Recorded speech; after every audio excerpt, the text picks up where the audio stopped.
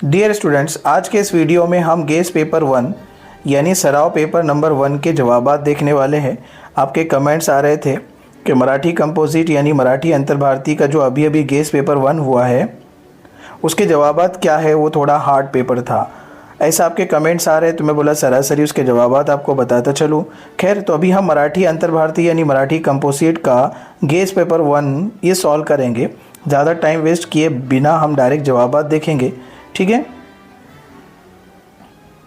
इसमें पहला हिस्सा है गद्य विभाग और उसमें पहला प्रश्न है योग्य पर्याय निवड़ा यानी मुनासिब ऑप्शन चुनिए। अब ऑप्शन कौन से हैं? ये वाले ऑप्शन 3 दिए हुए हैं और ये उसका सवाल है। सवाल क्या है? चिंदी ने कविता छापलेला कागज बिळात लपून ठेवला। चिंदी किसको बोलते थे? सिंधुताई सपकाळ को। तो सिंधुताई सपकाळ ने वो कविता से यानी पोयम से छपा हुआ कागज़ था बिल में छुपा कर रखा। कारण क्यों छुपा कर रखा? ये 3 ऑप्शन में से एक ऑप्शन हमको चुनना है।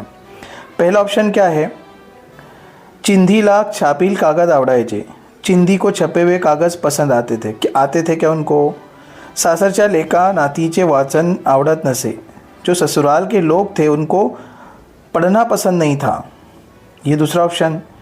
बिळातून उंदीर घुशी बाहर पडू नये म्हणून, और बिल में से चूहे और घूसे बाहर ना निकले इसलिए उन्होंने छुपाया था। नहीं भाई, उन्होंने इसलिए नहीं छुपाया था, ये तीसरा वाला गलत है। और ना ही उनको पसंद थे, बल्कि क्या रीज़न था, उन्होंने क्यों बिल में छुपाया था? इसलिए रीज़न छुपाया था कि उनके ससुराल के लोगों को वो पसंद नहीं था। तो ये जवाब आपको उठा के लिखना है, ठीक है। डायरेक्ट जवाब भी लिखे अपने तो चलेगा, सवाल लिखने की ज़रूरत नहीं है। Next question.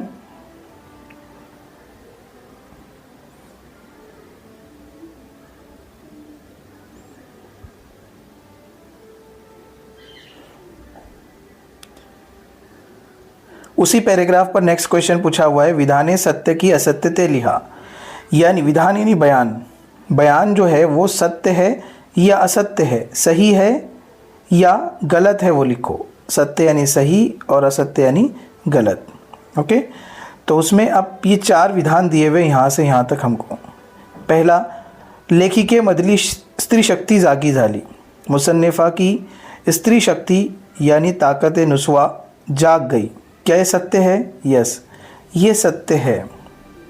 अब कोई जुमला लिखने की ज़रूरत नहीं है, डायरेक्ट सत्य लिख देना, पहले का सत्य, ओके। हाँ, तो मैं निशान लगाता चलूँ, पहले का सत्य। दूसरा, लेखिका वाचनाची भूकिली होती, वो पढ़ाई के लिए बेचैन रहा करती थी, प्यासी थी वो, ये भी सही है। लेखिका प्रवाहाच्या दिशेने वाहत होती, नहीं, लेखिका जिस तरह से बहाव है उसी तरफ चल रही थी, नहीं, ये गलत जुमला है, जबकि वो बहाव के उलट दिशा में चल रही थी। तिने कवितेचे कागज जोड़ा मोड़ा करून बिळात ठेवले। हाँ, ये सही है कि उसने वो कविता का जो कागज़ है वो बिल में छुपा कर रखा था, ये भी सही है। यानी 3 सही है और 1 गलत है। जो सही है उसके सामने सत्य लिखेंगे और जो गलत है उसके सामने आप असत्य लिखेंगे, ठीक है। अब सहमत पूछा हुआ है, सहमत पूछा हुआ है आपको। सिंधुताई सिंधुताईंना शिकण्याची खूप तळमळ होती, हे पाठाच्या आधारे पटवून द्या। जो सिंधुताई सपकाळ थी उनको पढ़ने की बहुत ज़्यादा शौक़ था, उनको बहुत बेचैन रहा करती थी वो पढ़ने के लिए। ये तुमको अपने सबक के सहारे से लिखना है। बहुत इजी क्वेश्चन आया था ये, अगर आप लिखना चाहे तो लिख सकते थे। देखो, मैं यहाँ पर आपको पैराग्राफ में कुछ लाइन बता देता हूँ जिससे साबित होता है कि वो बहुत पढ़ने के लिए बेचैन हुआ करती थी, ठीक है। हम शुरुआत कैसी करेंगे? सिंधुताई सपकाळ यांना वाचनाची खूप तळमळ होती, है ना। उसके आगे हम लिखेंगे कि वान सामानाचे कागद चोडामोडा करून उंदीर घुशीच्या बिळात ठेवायला लागले। उन्होंने क्या किया? जो कविता की कागज़ थी वो बिलों में छुपा कर रखते थे। पहला जुमला तो ये हो गया जिससे साबित होता है कि उनको शौक़ था पढ़ने का। फिर यहाँ से ती वाचनाची भूकेली होतीच, वो पढ़ाई के बहुत शौकीन थे। उसके बाद यहाँ से लेकर ये पूरा 2 जुमले ऐसे जाहिर करते हैं कि वो बहुत शौक़ था उनको पढ़ने का। कवितेतील मृगाच्या तुषारावर माझ्या रक्ताची धार सुरू झाली, जणू माझ्या अडचणीवर माझा ज्ञान तृषेचा अभिषेक झाला। यहाँ से ये साबित करता है कि वो उनको ज़ख्म लग गई थी और उनके हाथ में का खून जो है उस कविताओं पर पड़ने लगा था, फिर भी वो क्या करती थी, पढ़ती थी। फिर उसके बाद हम लिख सकते थे कि उनको पढ़ाई की वजह से अपने घर के बाहर निकाल दिया गया था। इतना काफ़ी। और फिर लास्ट में एक जुमला होता, ह्या सर्व गोष्टी दाखवतात की सिंधुताई सपकाळ यांना खूप तडमड होती। ठीक है, ये बात आप समझ गए होंगे। सहमत है आप पैराग्राफ में से लिख सकते थे। उसके बाद यहाँ से दूसरा सबक शुरू हो रहा है। यहाँ से ये अब यहाँ से दूसरा सबक शुरू हुआ। चिल्ड्रन ऑफ हेवन का ये पूछा गया पैराग्राफ है। अलीचे गुण विशेष। अली के गुण विशेष क्या थे? पहला गुण विशेष क्या था? वो अतिशय गरीब था, ये आ जाएगा। फिर उसके बाद वो बड़ा था, वो बड़ा था। तीसरे इयत्ता शिकतोय, वो तीसरी क्लास में था, है ना। और इसमें से ये भी लिख सकते थे, अलीला एक तानुले भावंडे होते। ये चार, 1 2 3 और ये 4, ये 4 बातें आपको यहाँ पर लिखने का था, तो आपको 2 नंबर मिल जाते थे। ओके, चलो आगे हम बढ़ेंगे, फास्ट लेंगे, इसके जवाबात हमको सिर्फ देखना है। उसके बाद एकमेकांवर मनापासून प्रेम करणारे भावंडे, इसका जवाब एक दूसरे पर प्यार करने वाले भाई बहन, भावंडे यानी भाई बहन। तो पहले में आएगा अली और दूसरे में आएगा ज़हीरा। वो यानी और, वो यानी और, तो अली व ज़हीरा, एक दूसरे से कौन प्यार करते थे? अली और ज़हीरा। दूसरा क्वेश्चन है, ज़हीराच्या बुटांची वैशिष्ट्ये। ज़हीरा की बूट कैसे थे? उसके है एक फाटके यानी फाटा हुआ, जीर्ण, जीर्ण यानी गला हुआ, सड़ा हुआ, बहुत नाजुक। तो ये 2 आएगा, फाटके यानी जूने, जीर्ण। ठीक है, 2 हमने यहाँ पर लिख दिए। ये कब कहाँ मिलेगा आपको? पैराग्राफ में ही मिलेगा आपको। उसके बाद यहाँ पर दिया हुआ है घटना और यहाँ पर परिणाम दिए हुए हैं। ये घटना का असर क्या हुआ यहाँ पर हमें लिखना है। तो अली ने उधारीवर कांदे बटाटे मागितले। जैसे ही अली ने उधारी पर कांदे और बटाटे मांगा था तो दुकानदार उस पर गुस्सा हो गया था। तो यहाँ पर आपको लिखना है दुकानदार गुस्सा हो गया था। उसका जवाब भी आपको पैराग्राफ में मिल जाएगा। चलो बता ही देता हूँ मैं। देखो यहाँ पर अली ने क्या किया, उससे बटाटे उधारी पर मांगे, तो उसके बदले में क्या किया, उसको दुकानदाराची बोलनी खावी लागतात। ये पहले इसमें आएगा कि उसको दुकानदार की बोलनी यानी उसकी बातें सुनना पड़ा।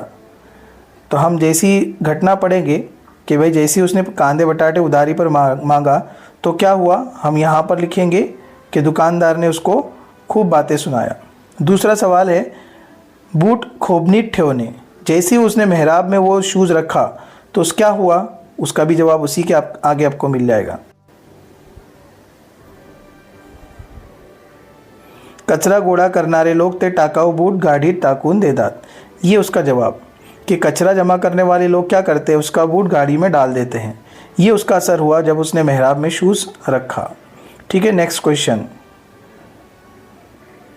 अभंगात उल्लेखलेली फळे व फुले। अब यहाँ से नज़मों का हिस्सा शुरू हो रहा है। ठीक है, अभंगात उल्लेखलेली फूले और फड़े, फूल और फल दोनों में से हमको लिखना है कि भाई इसमें से फूल कितने लिखना है, 3 लिखना है। यहाँ पर 3 बॉक्स है, 3 बॉक्स है फूल और फल। तो देखो मैं आपको बताता हूँ। सबसे पहले तो हम लिखेंगे केवड़ा, एक मिल गया, ये फल है जो हम खाने में भी इस्तेमाल करते हैं। उसके आगे एक केवड़ा मिल गया, दूसरा है फनस, ये फल है फनस 2, और तीसरा नारड़, ये भी फल है। एक यहाँ पर हो गया, ये 2 और ये 3, फूल और फल, केवड़ा, फनस और नारड़, ये उसका जवाब हो गया। 3 बॉक्स में 3 आएगा। उसके बाद उसी पर सवाल दिया हुआ है। क्या सवाल है, ये वाला सवाल, दिलेल्या पंक्तीचा सरळ अर्थ लिहा। दी हुई लाइन का भावार्थ लिखो, मतलब लिखो, ट्रांसलेशन करो। अब वहाँ पर दी हुई लाइन है, अपने मन से नहीं करना है। ये वाली लाइन दी हुई है यहाँ पर, ठीक। क्या है? फणस सर्वांगी काटवले, भीतरी महाकोडीने कोदविले, तैसे साधु हृदय जाले, बोधा संगे परियसा। ये 4 लाइन का ट्रांसलेशन आपको करना है। तो हम वही लिखेंगे, सदर पंक्ती कवितेमधून घेतलेली आहे। या अभंगात कवीने साधूची लक्षणे सांगितली आहे। कवी सांगतो की ज्याप्रमाणे फणस वरून काटवले असते पण तो आतून गोडीने भरलेले असते, त्याचप्रमाणे एक साधू असतो, त्याचे हृदय तो वरतून कठोर दिसतो पण त्याचे हृदय नाजूक असतो, त्याचे हृदयामध्ये चांगली गोष्टी असतात आणि ह्या गोष्टी त्या लोकांसाठी आहे ज्यांनी हे सर्व म्हणणे ऐकले आहे। ये यहाँ पर इसका मतलब हो गया, ठीक है। अब आगे यहाँ से दूसरी कविता शुरू होती है। मैं आपको पहले कहा कि सिर्फ मैं आपको जवाब बता रहा हूँ इसके फटाफट। पहला सवाल है, ये सवाल पिछले साल के बोर्ड के एग्ज़ाम में रिपीट हुआ है, ज़रा देख लेना। सुगरणीच्या खोप्याला कवयित्रीने दिलेली उपमा। सुगरण के खोपे को शायरा ने किन चीज़ों से तशबीह दी है? तशबीह देना यानी मुआवजना करना कि भाई इसके जैसा दिखता है, ए बी के जैसा दिखता है, तो ए को तशबीह दी गई है बी के सिरे। तो किसको तशबीह दी गई है? सुगरनी के खोपे को शायरा ने किसके जैसा बताया है? तो याद रखना, इस कविता में 2 मर्तबा कहा गया है कि उसका खोपा कैसे दिखता है। एक तो इसमें जवाब है पूरी नज़म में, क्या है? जैसा झूलता बंगला, ऐसा लगता है जैसे वो झूलता हुआ बंगला है। तो शायरा ने उसके जो खोपे को झूलता बंगला कहा है एक। और दूसरा है जो इसमें जवाब नहीं है, वो है गिलक्याचा कोसा, यानी वो तुरई के जाले के जैसा दिखता है। इसके आगे वाले स्टांजा में जवाब है। अगर आप टीचर से आप बोलेंगे तो टीचर आपको इसका 1 नंबर दे देगा, क्योंकि इसका जवाब इसमें एक ही दिया हुआ है। यहाँ पर एक ही जवाब दिया हुआ है इस कविता में, झूलता बंगला। इसका दूसरा जवाब है गिलक्याचा कोसा, वो इसके आगे है जो इस कविता में यहाँ नहीं दिया हुआ है। तो आपके टीचर को यहाँ पर 1 नंबर ज़्यादा देना चाहिए आपको, ठीक है। नेक्स्ट वाला क्वेश्चन है, दिलेल्या पंक्तीचा सरळ अर्थ लिहा। दी हुई लाइन का सरळ अर्थ यानी भावार्थ लिखो। पिले निजले खोप्यात जसा झुलता बंगला, तिचा पिलामधी जीव जीव झाडाले टांगला। वही हम लिखेंगे की सदर पंक्ती कवितेमधून घेतलेली आहे, ज्यामध्ये कवीने खूप चांगल्या प्रकारे शब्दचित्र काढले आहे। कवी म्हणतो की सुगरणीने आपले पिले खोप्यात ठेवले आहे, ते खोप्यात निजले आहे यानी सोए हुए है, आणि त्याचा खोपा असा दिखतो जसा झूलता बंगला। उसका घर ऐसा लग रहा है जैसे झूलता हुआ बंगला है। ती जरी दूर असली तर त्याचा जीव आपल्या पिलामध्ये अडकलेले आहे, ती आपल्या पिलांशी खूप प्रेम करत आहे। त्याचा झुलता हुआ बंगला असा वाटतो की त्यांनी आपले जीव झाडाले टांगले आहे, ठीक है। ये इसका हो गया, ऐसे शॉर्ट भी आप लिख सकते हैं। उसके बाद भाषा अभ्यास शुरू होता है, यानी ग्रामर का हिस्सा शुरू होता है। उसमें सबसे पहले आपसे पूछा गया है काळ ओळखा यानी ज़माना पहचानो। आरकीच्या पाठीवर थाप मारली, लाली ले लो। जब जुमले के आखिर में, मराठी के जुमले के आखिर में अगर लाली ले लो है और उसके आगे कोई भी हेल्पिंग वर्ब नहीं है, तो वो जुमला कौन सा होगा? भूतकाल का जुमला होगा। कौन सा जुमला होगा? भूतकाल का जुमला होगा। तो पहले का जवाब है भूतकाल। अब यहाँ पर हमको पहचानना था, इसलिए हमने लिखे भूतकाल। यहाँ पर हमको बदलना है करा। करा मतलब करो, इस जुमले को करो। किस में करो? ये भविष्यकाल में बदलो। इस जुमले को करो, इसको करो। कौन से? ये भविष्यकाल में बदलना है। अब जुमला क्या है? जंतु तुमच्या शरीरात शिरतात, जंतु तुम्हारे जिस्म में घुसते हैं। इसका जवाब बनेगा जंतु तुमच्या शरीरात शिरनार, शिरनार, शिरनार। इस तरह से हम लिखेंगे लास्ट में और फुल स्टॉप, बस ये हट जाएगा, उसके जगह ये आ जाएगा शिरनार, ये भविष्यकाल बन जाएगा। उसके बाद एक तरफ दिया हुआ है वाक्य प्रचार और दूसरी तरफ दिया हुआ है उसका अर्थ, है ना। पहला वाक्य प्रचार है कपाड़ावर आठी येणे, पेशानी पर बल पड़ना, यानी क्या होता है? नाराज़ होना, नाराज़ी व्यक्त करने। दूसरा है चोड़ा मोड़ा करने, यानी गोला मोला करना, तो उसका है कागज़ चुरागड़ने, गोला मोला करना। तो पहले का कौन सा? ये वाला, और दूसरे का ये वाला। इसको लिखने की ज़रूरत नहीं, पेपर में छोड़ देना। उसके बाद नेक्स्ट है खालील शब्दातील अक्षरांपासून 2 अर्थपूर्ण शब्द तैयार करा। एक लफ्ज़ हमको दिया हुआ है, इससे हमें 2 लफ्ज़ बनाना है। तो पहले में बनेगा चित्र, ठीक है, कौमा, और दूसरे में बनेगा पट। बहुत आसान था, 1 नंबर मिल जाता है। तीसरा भी इसमें बनता है पत्र, पत्र यानी खत, लेकिन आपको 2 ही लिखने का था। उसके बाद तीसरा अचूक शब्द ओळखून लिहा, निरूपाय निरूपाय निरूपाय, ठीक है। इसमें 2 लफ्ज़ ऐसे जो सेम है, एक ये और एक ये, और ये दोनों भी सही है। ये भी लिख सकते थे आप और ये भी लिख सकते थे, आपको 1 नंबर मिल जाता था। उसके बाद है खालील शब्दाचे समानार्थी शब्द ओळखा या लिहा। तो इसका समानार्थी शब्द होगा फूल का पुष्प, क्या होगा, पुष्प। और दूसरे का संताप, संताप का होगा राग, राग यानी गुस्सा, राग यानी गुस्सा, ठीक है। अब आगे बढ़ते हैं। विराम चिन्ह से एक क्वेश्चन आया था कि उद्गारवाचक चिन्ह लिखना है, नाम दिए हुए चिन्ह बनाना है। तो उद्गारवाचक चिन्ह यानी उद्गार चिन्ह कैसा आता है, ऐसे आता है एक्सक्लेमेटरी का निशान, इसका जवाब। और इसका स्वल्प विराम सिर्फ कॉमा, कॉमा इस तरह से, ठीक है, कॉमा हो गया। उसके बाद लास्ट में आपसे उपयोजित लेखन पूछा हुआ है पत्र लेखन के लिए, ठीक है। अब पत्र लेखन के 2 ऑप्शन होते हैं, इन्होंने एक ही दिया है। इतना समझ लो कि ये किस लिए लिखा हुआ है कि रक्तदान शिबिरात नागरिकांना नागरिक या नात्याने तुम्हाला सहभागी करून घेण्याची विनंती करणारे पत्र व्यक्तीला लिहायचे आहे। यानी किसी शख्स को आपको खत लिखना है कि भाई जो ब्लड डोनेशन कैंप है उसमें हमको भी शामिल किया जाए, त्यासाठी खालील निवेदन वाचा व आधारे पत्राचे प्रारूप केवळ मुद्दे या ठिकाणी लिहा। इसलिए आपको क्या करना है, अगला प्रारूप यानी खाका पढ़ना है और उसके हिसाब से लेटर तैयार करना है। नेक्स्ट, ये प्रारूप दिया हुआ है। अब क्या हो रहा है, ज्योति विद्यालय अकोला रक्तदान शिबिराचे आयोजन सर्व नागरिकांना सहभागी होण्याची विनंती। अब इसमें 2 चीज़ें हैं। एक तो ये ज्योति विद्यालय अकोला ये बोल रहा है कि हमने क्या किया है, रक्त शिविर का आयोजन किया हुआ है और सभी लोगों को इसमें हिस्सा लेने की हम विनंती कर रहे हैं। और जब आप पत्र लिखेंगे तो उसकी जगह लिखना है, उसका वक्त लिखना है और उसकी डेट लिखना है। बहुत इजी था, ठीक है। आगे हम बढ़ेंगे। फिर आखिरी में गद्य आकलन है। गद्य आकलन यानी इसमें आपको 4 सवालात बनाने थे, 4 सवालात बनाने थे। इसमें हमको पहला लाइन पढ़ेंगे, विज्ञान ही किमिया श्रीमंतापासून अगदी गरिबापर्यंत पोहोचली आहे। अगर मैं यहाँ से लेकर यहाँ तक एक लाइन में भी 2 जवाबात सवालात बना सकता हूँ। इसका मतलब क्या है, साइंस इस कीमती चीज़ की वजह से, ये कीमती चीज़ अमीरों से लेकर गरीबों तक पहुँच गई है। तो सबसे पहला सवाल बनता है,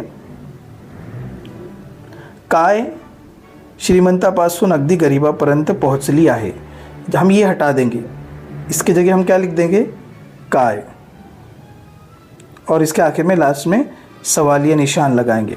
फिर क्या बन गया, काय श्रीमंतापासून अगदी गरिबापर्यंत पोहोचली आहे। वो कौन सी चीज़ है जो गरीब अमीरों से लेकर गरीब तक पहुंच गई। तो उसका जवाब आएगा विज्ञान ही कीमिया। उसके बाद ये भी सवाल हम बना सकते हैं, कैसे बनाएंगे मैं बताता हूँ। एक तो बन गया हमारा, यहीं पर बता रहा हूँ मैं आपको करके, इसमें विज्ञान ही कीमिया कोणापासून कोणापर्यंत पोहोचली आहे, किस से लेकर किस तक पहुँच गई है। 2 सवाल बन गए। अगदी खेड्यात ही भाकरीच्या पिठासाठी कोणाला जाते फिरावे लागत नाही। विज्ञानाच्या साहाय्याने माणसाने स्वतःचे कष्ट खूप कमी केले आहेत। ये लाइन है यहाँ पर, ठीक है, इसको मिटा देता हूँ मैं। विज्ञानाच्या साहाय्याने माणसाने स्वतःचे कष्ट खूप कमी केले आहेत। तो पहला हम बनाएंगे, विज्ञान हटा देंगे और यहाँ पर क्या लिखेंगे, कोण, कोणाच्या, कोणाच्या साहाय्याने माणसाने स्वतःचे कष्ट खूप कमी केले आहे और सवालिया निशान, किसके सहारे से इंसान ने अपनी तकलीफ़ को कम किया है। ठीक है, ये बन गए 3 सवाल। अब उसी लाइन में चौथा बना के बताता हूँ आपको मैं। यहाँ पर विज्ञानाच्या साहाय्याने माणसाने स्वतःचे कष्ट खूप कमी केले आहेत। विज्ञानाच्या साहाय्याने कोणी, माणसा हट जाएगा और कोणी ये ऐसा आ जाएगा, कोणी स्वतःचे कष्ट खूप कमी केले आहे और सवालिया निशान। देखिए एक ही जुमले में बहुत सारे सवालात बन जाते हैं। बस आपको क्या करना है, कोण, कधी, कशाला, कशासाठी, काय, इसको सही इस्तेमाल करते आना चाहिए, उसका मीनिंग आपको याद आना चाहिए। मैंने 4 आपको यहाँ पर बना दिया, ठीक है। आप ज़्यादा भी बना सकते हैं। कथा लेखन है यानी कहानी लेखन है। कहानी किस बारे में थी कि भाई एक किसान है, उसके 2 बच्चे थे, वो बहुत सुस्तखोर थे, काम कुछ नहीं करते थे। उसके वो किसान को बहुत ज़्यादा फिक्र हुई। उसने अपने बच्चों को बुलाया और कहा कि मैंने खेत में सोने का हंडा छुपा के रखा है, लेकिन कहाँ छुपा के रखा है मुझे पता नहीं है, तो तुम उसको खोदो और पता करो। वो बच्चे क्या करते हैं, पूरा खेत खोद डालते हैं, ठीक है। उनको कोई वो हंडा कुछ मिलता नहीं है। फिर उन्होंने सोचा कि इतना खेत तो हमने खोद लिया, चलो इसमें बीज बो देंगे। वो बीज उसके अंदर बो डालते हैं और क्या करते हैं, बहुत ज़्यादा फसल उनको हो जाती है। बहुत ज़्यादा फसल होने के बाद पता चलता है कि अब्बू ने जो हमको सोने का हंडा बोला था वो हंडा नहीं बल्कि ये पीक से मुराद उनकी फसल थी, ठीक है। ये चीज़ आपको मराठी में लिखने का था। एक शेतकरी होता, त्याची 2 आरशी मुले होती, ते काहीच काम करत नव्हती. एक वडिलांना त्यांची खूप फिकीर होती. त्यांनी आपल्या मुलांना जवळ बोलावलं आणि सांगितले की मी शेतीमध्ये एक हांडे ठेवली आहे, त्याच्यात खूप सोनं आहे, पण मला ती माहीत नाही की ते कोणत्या कोपऱ्यात मी गाडून ठेवले आहे. मुलांनी पूर्ण शेत ते खणून काढला. त्यांना कोणताच सोन्याचा हंडा भेटत नाही. शेवटी त्यांनी विचार केला की जर आपण या शेतीची खणून काढले आहे तर त्यासाठी आपण वीज टाकून देऊ. वीज टाकले, त्यानंतर त्यांना भरघोस पीक झाले. त्यांच्या लक्षात आलं की बाबांनी कोणताच हांडे याच्यात ठेवले नाही. त्यांच्या लक्षात आलं की मेहनत ही सर्वात चांगली गोष्ट आहे. बस ये उसकी बात है. अब निबंध लेखन यानी मजमून नवेसी. 2 निबंध आपको आए थे, ठीक है. निबंध लेखन ये एक है. वर्णनात्मक निबंध आया था. माझा आवड़ता ऋतु, मेरा पसंदीदा मौसम. आपको कौन सा मौसम पसंद है, क्यों पसंद है और उसकी खसूसियात क्या है, ये सब चीज़ें. और उस मौसम में कौन से त्यौहार आते हैं, इसका जवाब मैंने डाल दिया. अगर आपको ये देखना है डिटेल में तो एक वीडियो है, उसकी लिंक मैं डिस्क्रिप्शन में भी दे दूँगा, वहाँ से जाकर आप देख लो, ठीक है. उसके बाद आत्मकथन निबंध आया था, यानी आप बीती लिखने के लिए आई थी आपको. किस पर, झाडाचे आत्मकथन. झाड की आप बीती, दरख्त आपको बन जाना है या उससे बात करना है. मी एक झाड आहे, माझे नाव नीम है ना, माझे खूप महत्त्व आहे, लोकांनी मला कापले आहे, त्याचा मला खूप खंत आहे, मला आनंद आहे, ये सब आपको लिखना है. इसका भी निबंध मैंने अपने चैनल पर डाल के रख दिया हूँ, वहाँ से आप देख सकते हैं. उसकी लिंक मैं डिस्क्रिप्शन में दे दूँगा, ठीक है. अगर कोई चीज़ आपको समझ में नहीं आती है तो कमेंट ज़रूर कीजिए, मैं इंशाल्लाह कवर करने की कोशिश करूँगा. यदि अभी तक आपने हमारे school to you YouTube channel को सब्सक्राइब नहीं किया तो सब्सक्राइब कर लें. बेल आइकन को क्लिक कर लें ताकि आपका नए वीडियो की अपडेट मिल सके और वीडियो को लाइक करना ना भूलें.